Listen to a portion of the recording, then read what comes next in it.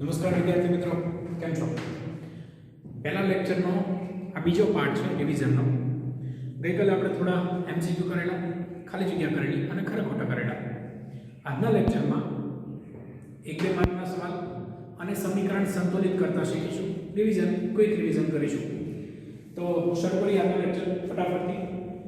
1-2 વાક્યમાં જવાબ આપો. પહેલો સવાલ છે, દળ સંચયનો નિયમ લખો.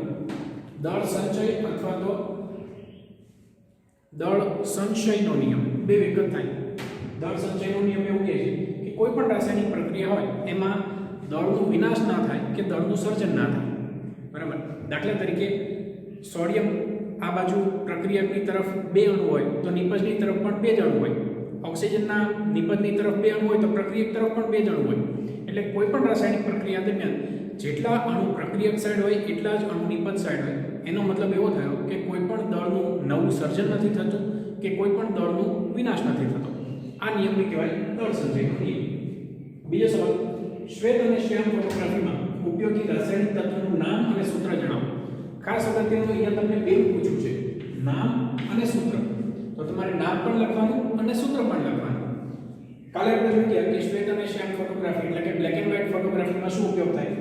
સિલ્વર ક્લોરાઇડ અને સિલ્વર બ્રોમાઇડ. તો બંનેના નામ લખો, સિલ્વર બ્રોમાઇડ કૌંસમાં સૂત્ર લખો, સિલ્વર ક્લોરાઇડ કૌંસમાં સૂત્ર લખો. બરાબર છે? કારણ કે બે પૂછ્યું છે, નામ અને સૂત્ર બે જણાવો. એટલે સિલ્વર બ્રોમાઇડ અને સિલ્વર ક્લોરાઇડ બે બ્લેક એન્ડ વ્હાઇટ ફોટોગ્રાફી એટલે કે શ્વેત અને શ્યામ ફોટોગ્રાફીમાં ઉપયોગ થાય છે. ત્રીજો સવાલ, રાસાયણિક સમીકરણને સંતુલિત કરવાની પદ્ધતિને શું કહે છે? આપણે રાસાયણિક સમીકરણો સંતુલિત કરીએ, હમણાં નેક્સ્ટ ટોપિક છે જ, એને સંતુલિત કરવાની આપણે જે મેથડ યુઝ કરીએ છીએ એને કહેવાય heat and trial method. Heat and trial મતલબ કે ટ્રાય કરો, જો ફેલ જાવ તો ફરી પાછા ટ્રાય કરો, હીટ કરો ટ્રાય કરો, હીટ કરો ટ્રાય કરો. બરાબર? આ પદ્ધતિને કહેવાય હીટ એન્ડ ટ્રાયલ મેથડ. બરાબર? એટલે તમને પૂછે કે રાસાયણિક સમીકરણને સંતુલિત કરવાની પદ્ધતિ કઈ છે?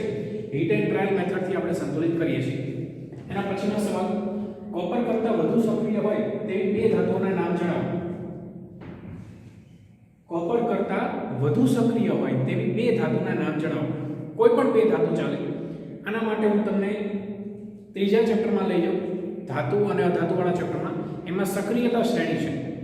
સક્રિયતા શ્રેણી એની ચાવી છે કઈ ધાતુ કેટલી સક્રિય છે, સૌથી વધારે સક્રિય કઈ, એનાથી ઓછી સક્રિય, એનાથી ઓછી સક્રિય, એનાથી ઓછી સક્રિય, આખી એક શ્રેણી છે. એ યાદ રાખી લો તો આમાં તમને કોઈ પણ ટ્વિસ્ટ કરીને સવાલ પૂછે, કોપરની જગ્યાએ બીજી કોઈ પણ ધાતુ આપી દે તો પણ તમને આવડે. એ આખી શ્રેણી છે, એની ચાવી છે કોસો કે મે એ ઝી આ લે આ કો મ સી ગો. આ ચાવી છે કોસો કે મે એ ઝી આ લે આ કો મ સી ગો. આ ચાવી યાદ રાખી લેજો. કો એટલે થાય પોટેશિયમ એટલે કે, સો એટલે સોડિયમ, કે એટલે કેલ્શિયમ, મે એટલે મેગ્નેશિયમ, કે એટલે એલ્યુમિનિયમ, ઝી એટલે ઝિંક, આ એટલે આયર્ન એટલે કે એફી, લે એટલે કે લેડ પીબી, આ એટલે હાઇડ્રોજન, કો એટલે કોપર, મ એટલે મર્ક્યુરી એટલે કે એચજી, સી એટલે સિલ્વર એટલે એજી અને કો એટલે ગોલ્ડ એટલે એયુ. સૌથી વધારે સક્રિય પોટેશિયમ, એનાથી ઓછી સોડિયમ, એનાથી ઓછી calcium, magnesium, aluminium, zinc, iron, lead, hydrogen, copper, mercury, silver અને ગોલ્ડ. ઘણી ચાવીમાં અથવા તો ઘણી સક્રિયતા શ્રેણીમાં હાઇડ્રોજનને સ્થાન નથી આપવામાં આવતું, કારણ કે હાઇડ્રોજન ધાતુ પણ નથી અને અધાતુ પણ નથી. એટલે હાઇડ્રોજન ના હોય તો પણ ચાલે, કારણ કે હાઇડ્રોજન વાયુ છે, એ ધાતુ પણ નથી અધાતુ પણ નથી, અપવાદ છે. એટલે હાઇડ્રોજન ના હોય તો પણ ચાલે. હવે આમાં તમે જુઓ, કોપર કરતાં વધારે સક્રિય હોય એવી ધાતુ આ બધી છે. આમાંથી તમે કોઈ પણ બે ધાતુ લખી શકો. અહીંયા મેં લખ્યું છે ઝિંક અને એફી, એટલે કે આ ઝિંક અને એફી. બરાબર? આમાંથી તમે કોઈ પણ બે ધાતુ લખી શકો. બરાબર? આ ચાવી યાદ રાખી લેજો, કોસો કે મે એ ઝી આલે હાકો મસી ગો. ચાવી પ્રમાણે હવે તમને કોઈ પણ પૂછે કે આયર્ન કરતાં વધુ સક્રિય હોય તે બે ધાતુના નામ આપો, અથવા તમને એવું પૂછે કે ઝિંક કરતાં ઓછી સક્રિય હોય એવી કોઈ પણ બે ધાતુના નામ આપો, તો આના ઉપરથી તમને બધું આવડે. ક્લિયર? એટલે આ ચાવી યાદ રાખી લેજો. આ સવાલનો જવાબ આમાં છે. બરાબર? ત્રીજી વસ્તુ, એના પછીનો સવાલ, સોડિયમ પ્લસ પાણી આ પ્રક્રિયા પૂર્ણ કરો અને સંતુલિત કરો. હવે નેક્સ્ટ ટોપિકનો સવાલ આવી ગયો છે પણ તો પણ લઈ લઈએ. સોડિયમ અને પાણી, તમને ખ્યાલ છે સોડિયમની પાણી સાથેની પ્રક્રિયા છે ખૂબ ધડાકાભેર પ્રક્રિયા થાય. તમે સોડિયમને પાણીમાં નાખો એટલે તરત ફટાકડાની જેમ ફૂટે, બરાબર. અને આ પ્રક્રિયા દરમિયાન ઉષ્મા ખૂબ બધી છૂટી પડે. તો અહીંયા સંતુલિત કરીએ, સોડિયમ પ્લસ હાઇડ્રોજન, એમાંથી હાઇડ્રોજન વાયુ તો મુક્ત થાય છે અને સાથે મુક્ત થાય Na2O, બરાબર. એટલે સોડિયમ ઓક્સાઇડ પ્લસ હાઇડ્રોજન વાયુ છૂટો પડે. સમીકરણ સંતુલિત કરવું હોય તો અહીંયા સોડિયમ 2 છે, અહીંયા સોડિયમ 2 છે, ઓક્સિજન 1 છે, ઓક્સિજન 1, હાઇડ્રોજન 2, હાઇડ્રોજન 2, થઈ ગયું સંતુલિત, બરાબર. જવાબમાં શું લખશો? ઘણા વિદ્યાર્થીઓ માત્ર આટલું જવાબમાં લખે છે. આટલું જવાબમાં ના લખશો, આખી પ્રક્રિયા લખો જવાબ, બરાબર. એટલે જવાબમાં આમ આવે 2Na plus H2O it gives Na2O plus H2. આટલું લખો તો સાચું કહેવાય. ખાલી આટલું લખશો, આ જેટલો જવાબ છે એટલો લખશો તો કદાચ ખોટું પાડવાની સંભાવના રહે. એટલે જવાબ આખો જ લખવાનો. પેપર ચેકરને માર્ક્સ કટ કરવાનો મોકો નહીં આપવાનો, બરાબર. એટલે આખો જવાબ લખો. આ થઈ ગયો જવાબ. ક્લિયર? આ ચાલુ લખી તો લખી લેજો, ઘણી બધી જગ્યાએ કામ આવશે. 1-2 માર્કના સવાલ થઈ ગયા. હવે લઈએ આપણે સમીકરણ સંતુલિત કરવાની મેથડ બધી. ચાલો સમીકરણ સંતુલિત કરીએ. ઘણા બધા સમીકરણો છે, બધે બ્લેક આપેલું છે, બધું પૂરું કરવાનું છે. ચલો એક એક પકડીએ. CaO + H2O calcium oxide plus પાણી, એટલે આ પ્રક્રિયા છે કળી ચૂનો ની પાણી સાથે પ્રક્રિયા. એટલે આમાંથી ઉત્પન્ન થાય ખોડેલો ચૂનો, એટલે કે CaOH ટ્વાઇસ પ્લસ ઉષ્મા. સંતુલિત કરો. કેલ્શિયમ આ સાઈડ 1 છે, આ સાઈડ 1 છે, ઓક્સિજન 1 અને 1 2 છે, અહીંયા 2 છે. આ બગડો છે બંનેને લાગે, ઓક્સિજન ને હાઇડ્રોજન ને બેને લાગે. ઓકે, એટલે ઓક્સિજન 2, ઓક્સિજન 2, હાઇડ્રોજન 2, હાઇડ્રોજન 2 થઈ ગયું. ચલો નેક્સ્ટ પકડો. Fe+CuSO4 it gives. તો આ પ્રક્રિયા વિસ્થાપન પ્રક્રિયા છે, એટલે કોપર આ બાજુ આવી જાય, Fe આ બાજુ આવી જાય, એટલે આમાંથી ઉત્પન્ન થાય FeSO4 Cu. સમીકરણ સંતુલિત જ છે. Fe1 Fe1, Cu1 Cu1, SO4 SO4. Done. PbNO3 twice. આને થોડી વાર રહેવા દઈએ. આ પકડી થોડી ડિફરન્ટ છે, એટલે FeSO4 પ્લસ ઉષ્મા. આને પણ થોડી વાર રહેવા દઈએ. આ પકડી ઈઝી પહેલા કરીએ, પછી થોડો હાઈ ઉપર જઈએ. Zn + HCl ઝિંક ધાતુ છે પ્લસ હાઇડ્રોક્લોરિક એસિડ એસિડ છે. ધાતુની એસિડ સાથે પ્રક્રિયા થાય એટલે ક્ષાર અને હાઇડ્રોજન વાયુ ઉત્પન્ન થાય, એટલે ક્ષાર ઉત્પન્ન થશે ZnCl2. Zinc chloride plus H2 hydrogen વાયુ ઉત્પન્ન થાય. હવે ક્લોરીન અહીંયા 2 છે, ક્લોરીન અહીંયા 1 છે, તો અહીંયા બગડો મૂકવાનો. તો ક્લોરીન તો 2 થઈ ગયા, પણ હાથે હાથે હાઇડ્રોજન પણ 2 થયા. હાઇડ્રોજન આ સાઈડ 2, હાઇડ્રોજન આ સાઈડ 2, પતી ગયું. ફરી એકવાર જોયું. Zn1 Zn1, Cl2 Cl2, hydrogen 2 hydrogen 2. Done. AgCl એને સૂર્યપ્રકાશની હાજરીમાં રાખો એટલે એનું વિઘટન થાય, એમાંથી ક્લોરીન વાયુ છૂટો પડે Cl2 અને Ag સિલ્વર ધાતુ છૂટી પડે. અહીંયા સિલ્વર 2 છે, તો અહીંયા પકડો મૂકી દો એટલે સિલ્વર 2 થઈ જાય. ક્લોરીન 2 છે, ક્લોરીન 2 છે, થઈ ગયું. ચાલો આ Cl2 છે, Cl2. આ બાજુ આવીએ. Fe2O3 + Al. હવે આ પ્રક્રિયા થર્મિક પ્રક્રિયા છે, જે સેકન્ડ ઇન્ટરવ્યુમાં પૂછેલી થર્મિક પ્રક્રિયા, હે ને. આયર્ન ઓક્સાઇડનું એલ્યુમિનિયમ વડે રિડક્શન થાય છે, એટલે આયર્ન ઓક્સાઇડમાંથી ઓક્સિજન છે એ એલ્યુમિનિયમ ખેંચી લેશે અને Fe ને નબળો કરી દે, એટલે આમાંથી થાય Fe છૂટું પડે અને આમાં બને Al2O3. હવે જો એલ્યુમિનિયમ અહીંયા 2 છે, સોરી અહીંયા 2 છે, અહીંયા 1 છે, તો અહીંયા 2 મૂકો એટલે એલ્યુમિનિયમ 2 થઈ ગયા. ઓક્સિજન 3 છે, ઓક્સિજન 3 છે, Fe અહીંયા 2 છે, અહીંયા 1 જ છે, તો અહીંયા બગડો મૂકી દો. થઈ ગયા Fe2. ફરી એકવાર ચેક કરો. Fe2 Fe2, Al2 Al2, oxygen 3 oxygen 3. Done. PbO + carbon. આ લેડ ઓક્સાઇડનું કાર્બન વડે રિડક્શનની પ્રક્રિયા છે. આ પ્રક્રિયા રિડક્શન પ્રક્રિયા કહેવાય. આમાંથી લેડ ધાતુ છૂટી પડે, એટલે Pb + CO2 છૂટા પડે, બરાબર. હવે જોઈએ લેડ અહીંયા 1 છે, અહીંયા 2 છે, તો અહીંયા 2 મૂકી દો એટલે લેડ 2 Pb 2 થઈ ગયા. ઓક્સિજન અહીંયા 2 છે, અહીંયા પણ 2 છે, કાર્બન 1 છે, કાર્બન 1 છે, થઈ ગયું. Okay done. ચાલો ફરી એકવાર જોઈએ. Pb2 Pb2, oxygen 2 oxygen 2, carbon 1 carbon 1. Done. આ પ્રક્રિયા ઉપર આવો. 2HNO3 nitric acid plus calcium hydroxide it gives હવે આ છે ને એસિડ ની બેઝ સાથે પ્રક્રિયા છે એટલે આમાંથી ઉત્પન્ન થાય ક્ષાર પ્લસ પાણી તટસ્થીકરણ પ્રક્રિયા કહેવાય આને એસિડ વત્તા બેઝ ઇટ ગિવ્સ ક્ષાર વત્તા પાણી આ પ્રક્રિયાને તટસ્થીકરણ પ્રક્રિયા કહેવાય ચાલો ક્ષાર ઉત્પન્ન કરો એટલે આમાંથી પ્લસ અને આમાંથી માઈનસ ઉત્પન્ન કરો એટલે CaNO3 twice plus H2 આટલું ઉત્પન્ન થાય હવે અહીંયા NO3 કેટલા છે 2 છે જો NO3 આખો ગ્રુપ 2 છે અહીંયા પણ 2 છે થઈ ગયા કેલ્શિયમ અહીંયા કેટલા છે 1 અહીંયા 1 છે ચાલો પછી ઓક્સિજન ટોટલ કેટલા થયા 2 અને 3 ગુણ્યા 6 6 અને 2 8 અહીંયા કેટલા થયા 6 અને 2 8 થઈ ગયા હાઇડ્રોજન ગણો આ સાઈડ 2 હાઇડ્રોજન પ્લસ 2 4 હાઇડ્રોજન અહીંયા 2 ગુણ્યા 4 હાઇડ્રોજન ડન ફરી એક વખત ચેક કરી લો હાઇડ્રોજન 2 અને 2 4 અહીંયા 4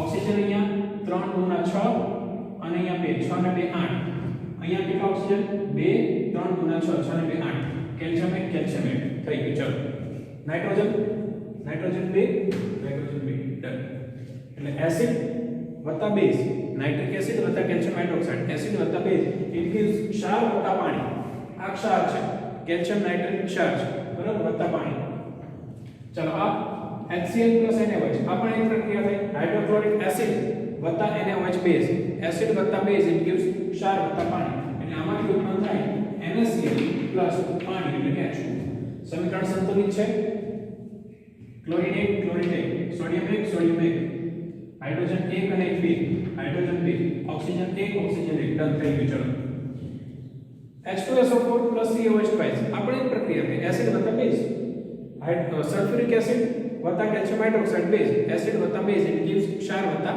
પાણી એટલે આમાંથી ઉત્પન્ન થાય CaSO4 કેલ્શિયમ સલ્ફેટ પ્લસ પાણી એટલે કે H2O હવે જોઈ લો હાઇડ્રોજન અહીંયા 2 અને 2 4 અહીંયા 2 છે તો આગળ બગડો મૂકી દો એટલે 2 ગુણ્યા 4 ઓક્સિજન કેટલા થયા 4 અને આ 2 6 અહીંયા 4 અને આ 2 6 થઈ ગયા calcium 1 calcium 1 done sulphur 1 sulphur 1 થઈ ગયું આના પર આવો sodium carbonate plus HCl Na2CO3 એટલે કે N2CO3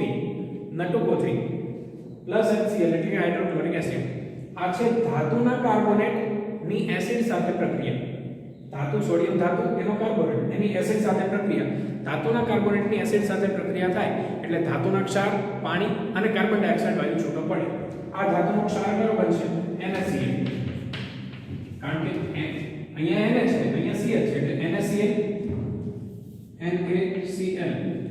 પ્લસ પાણી પ્લસ કાર્બન ડાયોક્સાઇડ વાયુ આટલું છૂટું પડે હવે જોઈ લો સોડિયમ અહીંયા 2 છે અહીંયા 1 જ છે એટલે મારે અહીંયા આપણે બગડો મૂકવાનો રહે એટલે બગડો તો ક્લોરીન પણ 2 થયા ને ક્લોરીન અહીંયા 1 જ છે અહીંયા બગડો મૂકો તો ક્લોરીન 2 થઈ ગયા પણ હાઇડ્રોજન પણ 2 થયા હાઇડ્રોજન 2 હાઇડ્રોજન 2 થઈ ગયું ઓક્સિજન અહીંયા 3 ઓક્સિજન અહીંયા 1 અને 2 3 કાર્બન 1 કાર્બન 1 ડન જોઈ લો ફરીથી sodium 2 chlorine 2 hydrogen 2 oxygen 3 oxygen 1 અને 2 3 કાર્બન 1 કાર્બન 1 ડન ચાલો હવે સોડિયમ બાયકાર્બોનેટ ની એસિડ સાથે પ્રક્રિયા સોડિયમ હાઇડ્રોજન કાર્બોનેટ અથવા સોડિયમ બાયકાર્બોનેટ બે નામ છે એની એસિડ સાથે પ્રક્રિયા એમાં પણ સેમ નિપજ મળે ધાતુના ક્ષાર વત્તા પાણી વત્તા કાર્બન ડાયોક્સાઇડ વાયુ એટલે આ પ્રક્રિયામાં પણ સેમ નિપજ મળશે NaCl H2O CO2 બરાબર સોડિયમ 1 હાઇડ્રોજન 1 અને 1 2 અહીંયા હાઇડ્રોજન 2 ક્લોરીન 1 ઓક્સિજન 3 ઓક્સિજન 1 અને 2 3 કાર્બન 1 કાર્બન 1 સમીકરણ સંતુલિત છે ઠીક છે આટલું લખવું હોય તો લખી લો એટલે આપણે હવે નેક્સ્ટ ઉપર જઈએ બે પ્રક્રિયાઓ બાકી છે PbNO3 twice પ્લસ ઉષ્મા આ છે લેડ નાઇટ્રેટને તમે ગરમ કરો એટલે એમાંથી લેડ ઓક્સાઇડ છૂટો પડે પ્લસ NO2 વાયુ છૂટો પડે અને ઓક્સિજન વાયુ છૂટો પડે આ પ્રક્રિયા ઘણી વખત પૂછાય છે કે લેડ નાઇટ્રેટને ગરમ કરતા કયા રંગનો વાયુ છૂટો પડે છે તો આ જે NO2 વાયુ છે એના લીધે કથ્થઈ રંગના ધુમાડા નીકળે કેવા રંગના કથ્થઈ રંગના ધુમાડા નીકળે. ખાસ યાદ રાખજો, અગત્યની પ્રક્રિયા છે. લેડ નાઇટ્રેટને ગરમ કરવાથી તેમાંથી કથ્થઈ રંગના ધુમાડા નીકળે છે. સંતુલિત કરીએ પ્રક્રિયાને. Pb1 છે, Pb1 છે. અહીંયા નાઇટ્રોજન કેટલા છે? 2. અહીંયા નાઇટ્રોજન કેટલા છે? 1 જ. બરાબર. ઓક્સિજન ગણો. ઓક્સિજન અહીંયા છે 6. અહીંયા છે 1 2 3 4 5 છે. એક એડ કરવાનો છે, એટલે જો હું અહીંયા 2 મૂકું તો ઓક્સિજન 6 થઈ જાય. સૌથી પહેલા જેના વધારે અણુ છે ને એને સંતુલિત કરવાની ટ્રાય કરવાની. સૌથી વધારે અણુ કોના છે? ઓક્સિજનના છે. તો એને પહેલા સંતુલિત કરો, બાકીનું બધું ઓટોમેટિક થતું જશે. એટલે ઓક્સિજન થઈ ગયા. જો અહીંયા ઓક્સિજન 2 3 4 5 6, અહીંયા પણ ઓક્સિજન 6 ઓક્સિજન થઈ ગયા. હવે બાકીનું સેટ કરો. લેડ અહીંયા 2 છે, અહીંયા 1 જ છે, તો અહીંયા 2 મૂક્યા હે ને. તો નાઇટ્રોજન કેટલા થઈ ગયા? 2. અહીંયા નાઇટ્રોજન કેટલા છે? 1 જ. તો નાઇટ્રોજન 2 અને ગુણ્યા 2 એટલે 4 થયા નાઇટ્રોજન. જો આ બગડો પણ લાગે ને આ બગડો પણ લાગે હે ને, એટલે નાઇટ્રોજન ટોટલ 4 વખત થયા. અહીંયા કેટલી વખત છે? 1 જ વખત. તો અહીંયા 4 વખત છે. હવે જો Pb2 Pb2 nitrogen 4 nitrogen 4. Oxygen હવે ફરીથી જુઓ. ઓક્સિજન કેટલા? 3 દુના 6 6 દુના 12. અહીંયા કેટલા થયા? 2 4 દુના 8 ને 2 10 અને 2 12 થઈ ગયા. આ રીતે સૌથી વધારે અણુ જેના હોય એને પહેલા સંતુલિત કરવાની ટ્રાય કરવાની. FeSO4 ઉષ્મા. ફેરસ સલ્ફેટનો સ્ફટિક એને ગરમ કરો એટલે એમાંથી બને Fe2O3 ferrous oxide SO2 SO3 sulphur dioxide અને સલ્ફર ટ્રાયોક્સાઇડ. બે વાયુ છૂટા પડે આમાંથી. સમીકરણ સંતુલિત કરવાની ટ્રાય કરો. Fe2 છે, અહીંયા Fe2 છે. ઓક્સિજન કેટલા છે? 4 2 8 એટલે 3 ને 2 5 ને 3 8 થઈ ગયા. સલ્ફર કેટલા છે? 2. સલ્ફર 1 અને 1 2 થઈ ગયું. ડન. તો આ રીતે સમીકરણો સંતુલિત કરો. વધારે પ્રેક્ટિસ કરો. ઘણી બધી પ્રેક્ટિસો તમને નવનીતમાં બીજી પ્રેક્ટિસ વર્ક અથવા તો કોઈ પણ રેફરન્સ બુક તમે વાંચતા હોય એમાં ઘણી બધી પ્રેક્ટિસો આપેલી છે. ટેક્સ્ટ બુકમાં પણ ઘણા બધા સમીકરણો છે. પહેલા ચેપ્ટરમાં, બીજા ચેપ્ટરમાં, ત્રીજા ચેપ્ટરમાં, ત્રણેય ચેપ્ટરમાં ઘણા બધા સમીકરણો છે. તો એ સમીકરણો લઈ અને સંતુલિત કરવાની ટ્રાય કરો, ઘેર પ્રેક્ટિસ કરો. રિવિઝનનો આ જ મતલબ છે. બરાબર છે. તો અહીંયા આપણે સમીકરણો સંતુલિત કરવાનું અહીંયા સ્ટોપ કરીએ. નેક્સ્ટ લેક્ચરમાં આપણે થોડા મોટા સવાલો છે એ જોઈશું. પહેલા ચેપ્ટરમાંથી 2 માર્ક કે 3 માર્કનો કોઈ સવાલ આવતો નથી. પહેલા ચેપ્ટરમાંથી 2 માર્કનો કે 3 માર્કનો સવાલ આવતો નથી. બ્લુપ્રિન્ટ પ્રમાણે 4 માર્કનો સવાલ આવે છે. તો 4 માર્કના સવાલ જેટલા નીકળી શકે એટલા કાઢી અને હું સમજાવવાની ટ્રાય કરીશ નેક્સ્ટ લેક્ચરમાં. તો મળીએ પાછા નેક્સ્ટ લેક્ચરમાં. ત્યાં સુધી ગુડ બાય.